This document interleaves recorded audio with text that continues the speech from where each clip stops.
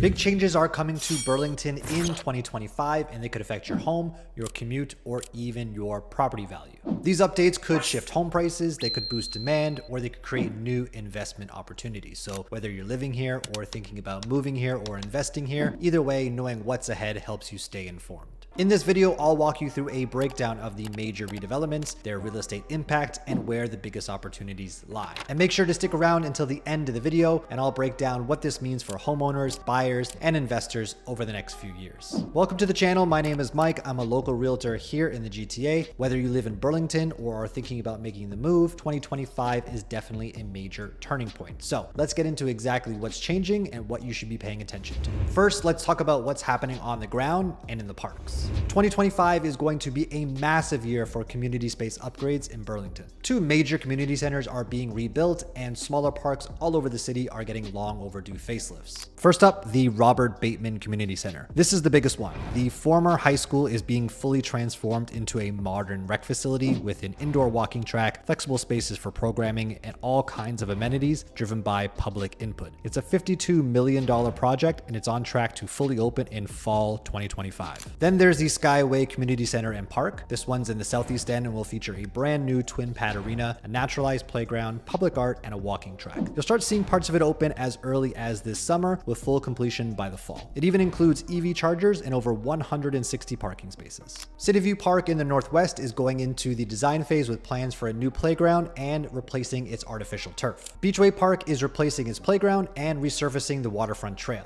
Sherwood Forest Park is getting a new playground, upgraded field lighting, and getting repairs to its main parking lot. And smaller parks like the Port Nelson Parquet and Brand Hills Park are in line for renewals as well, getting fresh playgrounds, trails, and recreational upgrades. Now let's talk about what's happening with housing around Burlington's GO stations. Burlington is focusing its growth around its three GO stations. Those are Aldershot, Appleby, and Burlington GO Station. But it's Aldershot where plans are coming together much faster, especially for 2025. We're seeing a growing cluster of high-rise proposals in the area, ranging anywhere from around 11 stories up to about 35 stories. Some are single towers, some have two towers, and some of them even have three, all within walking distance to the Aldershot GO station. Now, none of these are under construction just yet, but it's pretty clear that the plan is to build as much housing as close to Aldershot GO station as possible. For Burlington and Appleby GO, planning is still in the early phases, but it's clear that high density housing around Burlington's GO stations is the plan. We're talking about future condos, retail, bike lanes, green space, you name it. All of this is in the name of building dense,